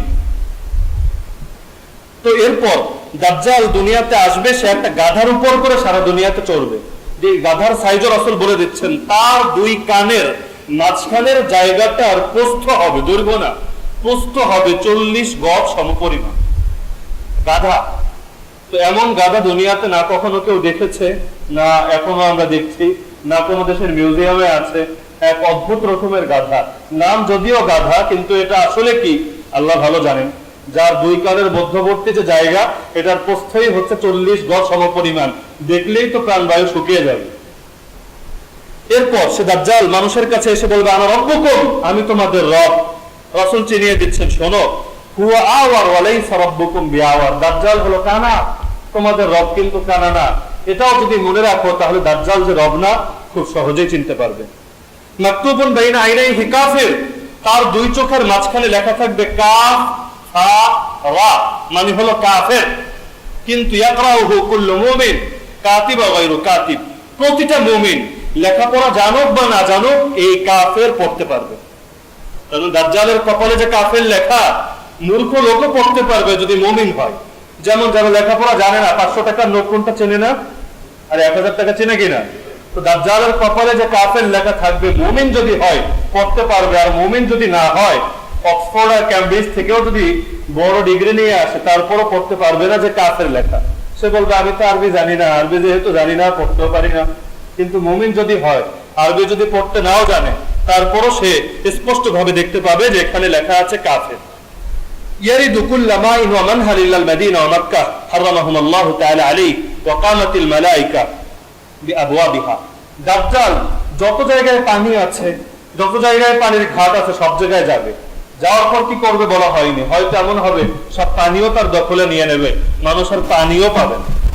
টিউবওয়েলের পানি হোক, যত পানি যেহেতু বলেছেন, টিউবওয়েলের পানি হোক, লাইনের পানি হোক, ওয়াসার পানি হোক, নদীর পানি হোক, খালের পানি হোক, এক পানি যদি নিয়ে নেয় তাহলেই তো ইমান বাঁচানো কঠিন হয়ে যাবে। 10 কেজি চাল দিয়েই তো আজকাল মানুষের ইমান নিয়ে নেয়, সেখানে সব পানি যদি দখলে নিয়ে নেয় তাহলে তো আল্লাহ হেফাজত করুক, কি অবস্থা হবে। এরপর রাসূল বলে, মাহু জিবালুন মিন খুদরিন মিন খুবজিন ওয়া খুদরাতিন ইয়াসিরু বিহা ফিন নাস, দাজ্জাল পাহাড় পাহাড় পরিমাণ রুটি এবং শাকসবজি নিয়ে মানুষের কাছে আসবে। আরবের খাদ্য ছিল রুটি, এজন্য রুটির কথা বলা হয়েছে। উদ্দেশ্য হলো খাদ্যের ভান্ডার থাকবে তার কাছে, যে অনুসরণ করবে তাকে খেতে দেবে, যে অনুসরণ করবে না তাকে খেতে দেবে না, না খেয়ে পড়ে থাকবে ক্ষুধার্ত এবং তৃষ্ণার্ত অবস্থায়। দাজ্জাল মানুষকে অনেক কষ্ট দিবে, শুধুমাত্র যারা তাকে অনুসরণ করবে একমাত্র তারাই মুক্তি পাবে। রাসূল বলেন, দাজ্জালের সঙ্গে 2টো নহর থাকবে, একটা নহরের নাম সে দেবে জান্নাত, আর একটার নাম জাহান্নাম। কিন্তু বাস্তবতা হচ্ছে দাজ্জাল যেটাকে জান্নাত বলছে, এটার ভিতরে যাকে ঢুকানো হবে তার জন্য এটা হয়ে যাবে জাহান্নাম। আর দাজ্জাল যেটাকে জাহান্নাম বলছে, এর ভিতরে যাকে ঢুকানো হবে তার জন্য এটা হয়ে যাবে জান্নাত। তো দাজ্জালের অবস্থা এমন হবে। এরপর দাজ্জাল আরেক ধরনের ফিতনা নিয়ে মানুষের কাছে আসবে, তার সঙ্গে কিছু শয়তান থাকবে যারা মানুষের সঙ্গে কথা বলবে। তো শয়তান কথা বললে কি সমস্যা? এই হাদিসে ব্যাখ্যা নেই, কিন্তু অন্য হাদিসে ব্যাখ্যা আছে। যে ব্যাখ্যা হলো, শয়তান মরা বাবা মা আত্মীয় স্বজনের রূপ ধরে আসবে, একেবারে হুবহু এসে বলবে, কিরে আমার চিনোস না, আমি তো অমুক। হাদিসের শব্দ আলাস্তা ফুলানান, আরে তুই কি বলটু মিয়া না, আলাস্তা তারিফুনি, কিরে আমরা চিনোস না, আমি তোর আব্বা লাগি, আব্বা। তো এরপর বলবে, দেখ এই যে আমি আসলাম, বাস্তবেই কিন্তু এই দাজ্জাল আমাকে জীবিত করেছে, সে তো রব, তার অনুসরণ কর। তো মানুষ ফিতনায় পড়ে যাবে, আরে কিরে আমার বাবা, এলাকার চাচা, গ্রামের দাদা, দলের নেতা সব দেখি এসে বলে, অরে মান ও তোর রব, তাহলে এটা তো বড় একটা ফিতনা হবে। তো বাস্তবে মরা মানুষকে জিন্দা করবে সেটা না, বলা হচ্ছে যে শয়তান তার রূপ ধরে আসবে, এসে মানুষের সঙ্গে এভাবে কথা বলবে। রাসূল বলেন, তার সঙ্গে আরেক ধরনের ফিতনা হবে যে দাজ্জাল সে মানুষের দৃষ্টিতে ঘটবে এরকম যে সে আকাশকে আদেশ করবে, আকাশ থেকে বৃষ্টি বর্ষিত হতে থাকবে। মানুষের দৃষ্টিতে হবে মানে কি? তার মানে বাস্তবে বৃষ্টি হবে এটা না। জাদুর ক্ষেত্রে কি হয়, চোখের মধ্যে ধোঁকা দেয়। তো দাজ্জালের বিষয়টা রাসূল স্পষ্ট করে দিচ্ছেন, আকাশকে আদেশ করবে, আকাশ বৃষ্টি বর্ষণ করবে। আর আকাশ তো দাজ্জালের গোলাম না, আকাশ তো আল্লাহর গোলাম, তাহলে বৃষ্টি বর্ষণ কেন করবে? রাসূল বলছেন ফিমা ইয়ারান নাস, মানুষের দৃষ্টিতে। তার মানে এটা মানুষ দেখতে পাবে একটা ভেলকি বাজে, আসলে বৃষ্টি না। একইভাবে একজন যুবককে ডাকবে, ডাকার পর তাকে দুই টুকরো করে ফেলবে, করার পর দাজ্জাল ডাক দিবে, একেবারে হাসতে হাসতে আবার পুনরায় জীবিত হয়ে আসবে। রাসূল বলেন ফিমা ইয়ারান নাস, এটাও মানুষের দৃষ্টিতে ঘটবে। তার মানে মরা মানুষকে জিন্দা করছে সেটা না, মেরে ফেলেছে তো শেষ, কিন্তু এবার মানুষকে দেখাবে মরা মানুষটাই আবার জীবিত হয়ে উঠে আসছে। সেই যুগে এটা বিস্ময়কর হলেও এই যুগে কিন্তু বিস্ময়কর নেই। এই যুগের মিউজিশিয়ান যারা আছে, যারা জাদু দেখায়, এরাও তো অনেক সময় এরকম ঘটায় কিনা, একজন মানুষকে দুই টুকরো করে ফেলে এক সাইড নিয়ে যায় এক পাশে, আর এক সাইড নিয়ে যায় আর এক পাশে, আবার এসে ধাক্কা দিয়ে দেখা যায় জোড়া লাগিয়ে দেয়। তো দাজ্জালের বিষয়টা এরকম হবে। এরপর ঈসা আলাইহিস সালাম আসবেন, দাজ্জালকে হত্যা করবেন, এবং অবস্থা এমন হবে তিনি শুধু দাজ্জালকে হত্যা করবেন না, দাজ্জালের অনুসারী যারা আছে, যত মানুষ দাজ্জালের অনুসারী হবে সবাইকে হত্যা করবেন। এমনকি তারা যখন গিয়ে কোন পাথরের পেছনে, সেই যুগের শব্দ হলো পাথর, এই যুগে পাথর দ্বারা যেহেতু বিল্ডিং বানায়, তা আমরা বিল্ডিং এর উদ্দেশ্য নিতে পারি, দেয়ালের পেছনে, বিল্ডিং এর পেছনে, সরাইখানার পেছনে, যার পেছনে গিয়ে লুকাক না কেন, গাছপালার পেছনে লুকাক না কেন, হাদিসের শব্দ গাছ আর বৃক্ষ লতা ডালপালা ডেকে ডেকে বলবে, হে মুসলমান এদিকে আসো, আমার পেছনে একজন ইহুদি আছে, ওকে ধরে হত্যা করো। কারণ সেই সময় শুধুমাত্র দুনিয়ার বুকে মুসলমানই থাকবে। মুসলমান ছাড়া দাজ্জাল যখন ধ্বংস হবে, কোনো কাফের থাকবে না, দাজ্জালের সঙ্গে সব কাফেরকেও ধ্বংস করে দেওয়া হবে। এমনকি দাজ্জাল ধ্বংস হওয়ার পর জিহাদের বিধানও রহিত হয়ে যাবে। দাজ্জাল ধ্বংস হওয়ার পর দুনিয়াতে আর কোনো জিহাদও হবে না, কোনো আমিরুল মুজাহিদও থাকবে না, কিছুই থাকবে না। দুনিয়ার বুকে তখন শুধু মুসলমান থাকবে, আর শান্তি থাকবে। বরকত এত আসবে, এক গাভীর, এক ছাগলের দুধ দিয়ে এক পরিবার না, এক সমাজ খেলেও এটার বরকত শেষ হবে না। এক একটা ফল হবে বিশাল সাইজের, যার বিভিন্ন বর্ণনা হাদিসের মধ্যে আছে। তো দাজ্জালের এত ধরনের ফিতনার কথা হাদিসে বলা হয়েছে। এই ফিতনাগুলো, আমাদের মূল পয়েন্ট যেটা ছিল যে এই যে ক্ষমতা, এই যে শক্তি, এই ক্ষমতার শক্তি দাজ্জালের ভ্রান্তির উৎস না। ক্ষমতা তো এই যুগের মানুষেরও আছে, ইউরোপের আছে, আমেরিকার আছে, বিশেষ করে পারমাণবিক শক্তি যাদের আছে দুনিয়ার বুকে, তারাই তো সবচেয়ে বেশি ক্ষমতা ধরে এখন। তাহলে তাদেরকে কি দাজ্জাল বলা হবে না? তো এই ক্ষেত্রে পার্থক্যটা যদি বুঝে নেই, সূরা কাহাফের সঙ্গে দাজ্জালের কানেকশনটাও বুঝে নেওয়া যাবে। সূরা কাহাফের প্রথম আয়াত আল্লাহ শুরু করেছেন আলহামদুলিল্লাহ, অর্থাৎ সকল প্রশংসা কার? আল্লাহ। হাদিসে বলা হয়েছে 10 আয়াত, প্রথম 10 আয়াত পড়লে দাজ্জালের ফিতনা থেকে বাঁচবে। 10 আয়াতের প্রথম আয়াতের প্রথম শব্দই হলো আলহামদুলিল্লাহ। তাহলে দাজ্জালের সঙ্গে সম্পর্ক কি স্পষ্ট হয়ে যাচ্ছে ধীরে ধীরে। আল্লাহ তাআলা সুলাইমান আলাইহিস সালামকে যখন অলৌকিক ক্ষমতা দিয়েছিলেন, তিনি রানী বিলকিসের সিংহাসন মুহূর্তের ভেতর সামনে উপস্থিত করলেন। তো সেই সময় এই অস্বাভাবিক শক্তি, অলৌকিক ক্ষমতার প্রকাশ ঘটার পর তিনি বললেন, হাযা মিন ফাদলি রাব্বি, এটা আমার রবের অনুগ্রহ, আমার কোনো অর্জন না, আমার কোনো গৌরব না, আমার কোনো কৃতিত্ব না। আর যা কিছু দেখছো এটা একমাত্র আমার রবের অনুগ্রহ। লিয়াবলুয়ানি, সেই রব আমাকে পরীক্ষা করার জন্য অনুগ্রহ করেছেন। আজ কুরআন আকফর, নিয়ামত পেয়ে তার কৃতজ্ঞ হই নাকি অকৃতজ্ঞ হই। আমান শাকারা ফাইন্নামা ইয়াশকুরু লিনাফসি, যে ব্যক্তি কৃতজ্ঞ হয় সে নিজের কল্যাণের জন্যই কৃতজ্ঞ হয়, আর যে ব্যক্তি অকৃতজ্ঞ হয় সে জেনে রাখো ফাইন্নাল্লাহা গানি, আল্লাহ তাআলা হচ্ছেন অমুখাপেক্ষী, তোমার অকৃতজ্ঞতা আল্লাহর কোনো ক্ষতি করবে না। তো প্রকৃত মুমিন যেই ব্যক্তি ক্ষমতা লাভ করার পর, শক্তি লাভ করার পর এর ক্রেডিট নিজে নেয় না, বরং সে সগৌরবে বলে আলহামদুলিল্লাহ, প্রশংসা একমাত্র কার? মুসলমানদের কালিমাই তো এই কয়েকটা, আলহামদুলিল্লাহ, সকল প্রশংসা আল্লাহ, সুবহানাল্লাহ, সকল অপবিত্রতা থেকে, সকল দোষ থেকে, ত্রুটি থেকে আল্লাহ পবিত্র।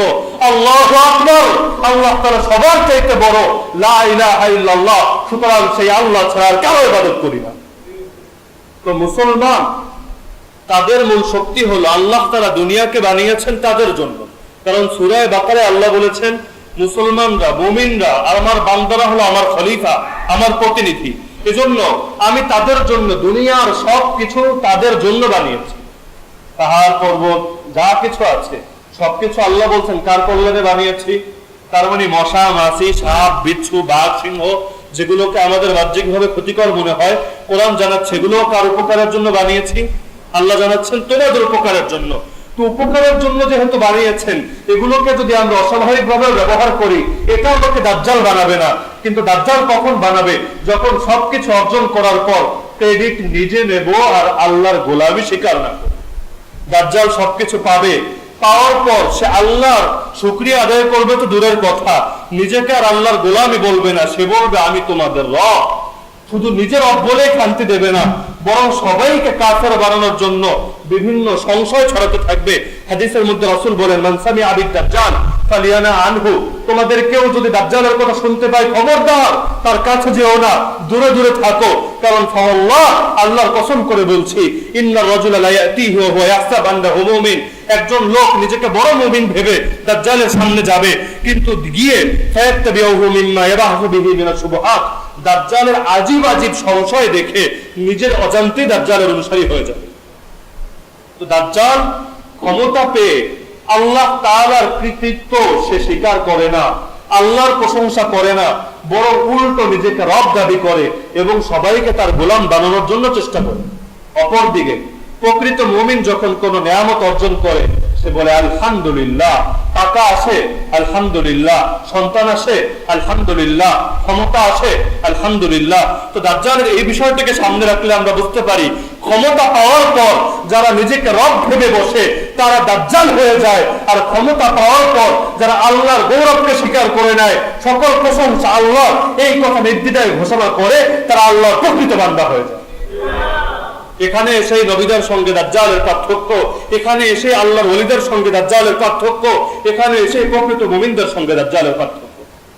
একইভাবে দাজ্জাল যখন যে জিনিসগুলো আমার সামনে দেখাবে, দেখানোর পরে প্রকৃত মুমিন সে তো বলবে, আরে দাজ্জাল, এগুলো তো তোর কৃতিত্ব না, তুই যদি কোনো কিছু করেও থাকো, এই ক্ষমতা তো তোর না, এটাও তো আল্লাহর দান। আল্লাহ পরীক্ষা করার জন্য শয়তানকে ক্ষমতা দিয়েছেন, ইবলিসকে দিয়েছেন, আল্লাহ তাআলা তোকেও দিয়েছেন, কিন্তু এটাও তো তোর অর্জন না, এটা তো আল্লাহর দান। এজন্য দেখা যায় যারা বিবেককে কম খাটায় তারা দাজ্জালের বেশি অনুসারী হবে। এজন্য হাদিসে বলা হয়েছে, ইয়াকুনু আকসারা মান ইয়াখরুজু ইলাইহিন নিসা, দাজ্জালের সবচেয়ে বেশি অনুসারী হবে নারীরা। এমনকি একজন পুরুষ তার ঘরে এসে তার স্ত্রী, তার মা, তার মেয়ে, তার বোন, তার ফুফুকে রশি দিয়ে বেঁধে রাখবে, এই আশঙ্কায় না জানি তারা আবার দাজ্জালের বাহিনীতে গিয়ে যোগ দেয়। কেন? কারণ মহিলারা খুব সহজে অন্যের দ্বারা প্রভাবিত হয়, তাদের ভিতরে কৌতূহল বেশি থাকে এবং অনেক মহিলাই নিজেদের আকল এবং বিবেককে কম খাটায়। এই সকল কারণে দাজ্জালের বেশি অনুসারীও তারা হবে। তার মানে যাদের ভিতরে সহিহ ইলম থাকবে, যারা নিজের আকলকে খাটাবে এবং সব ক্ষেত্রে আল্লাহ ছাড়া কিছু বুঝবে না, তার জিকিরই হবে এগুলো, আলহামদুলিল্লাহ, সুবহানাল্লাহ, আল্লাহু আকবার, লা ইলাহা ইল্লাল্লাহ। সেই বান্দাকে দাজ্জাল কেন, দাজ্জালের চাইতে বড় শক্তিও যদি আসে, তাকে ফিতনায় ফেলতে পারবে না। এজন্য সূরা কাহফের প্রথম আয়াতের প্রথম শব্দই আমাদেরকে শিক্ষা দিয়ে দিচ্ছে, আরে দাজ্জাল থেকে যদি বাঁচতে চাও, দাজ্জালের ফিতনা থেকে যদি বাঁচতে চাও, ভিতরে আল্লাহর রুবুবিয়্যাতকে বসাও। আলহামদুলিল্লাহ, সকল প্রশংসা আল্লাহ, সকল কৃতিত্ব আল্লাহ, সকল গৌরব আল্লাহ, সকল গুণ আল্লাহ, একমাত্র তিনিই সুমহান, আমার যা কিছু অর্জন সব তারই দান। আর যদি এটা না হয়, তাহলে ধীরে ধীরে মানুষ সরাসরি দাজ্জাল হবে বা দাজ্জালের অনুসারী হবে। রাসূল যেমন হাদিসে জানিয়েছেন, দাজ্জাল আসার আগে অনেক দাজাজিলার আবির্ভাব ঘটবে। দাজ্জাল শব্দের বহুবচন হলো দাজাজিলা। দাজ্জাল মানে মহাপ্রতারক, তো দাজাজিলা মানে অনেক মহাপ্রতারক। এই যুগে আমরা দেখতে পাই পশ্চিমা বিভিন্ন শক্তি যারা অনেক কিছু আবিষ্কার করছে, অনেক ক্ষমতা অর্জন করছে, করার পর স্বঘোষিত ভাবে না হলেও অঘোষিত ভাবে নিজেদেরকে এক ধরনের রব দাবি করছে, আমরাই সব, আমরাই সুপার পাওয়ার। কিন্তু তারা জানে না, আর তারা কিসের সুপার পাওয়ার? আল্লাহ তাআলার পাওয়ারের সামনে দুনিয়ার কারো পাওয়ার তো কিছুই না। আমেরিকা হোক আর ইসরায়েল হোক আর ভারত হোক, এগুলোকে ধ্বংস করার জন্য আল্লাহ তো এক মুহূর্ত সময়েরও প্রয়োজন লাগে না, আল্লাহর কোনো বাহিনীও পাঠাতে হয় না, আসমান থেকে ফেরেশতাও নাজিল করতে হয় না। আল্লাহ শুধু কোন বলেন, কোন মানে হয়ে যাও, সঙ্গে সঙ্গে সব হয়ে যায়। আল্লাহ তাআলা আমাদের সবাইকে সূরা কাহফের মর্ম অনুধাবন করে এর প্রকৃত শিক্ষা অর্জন করার তৌফিক দান করুন।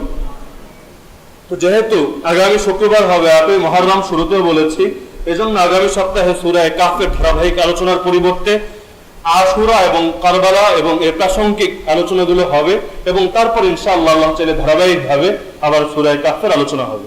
যারা সুন্নত আদায় করেনি, যারা কবল জুমা সুন্নত আদায় করুন।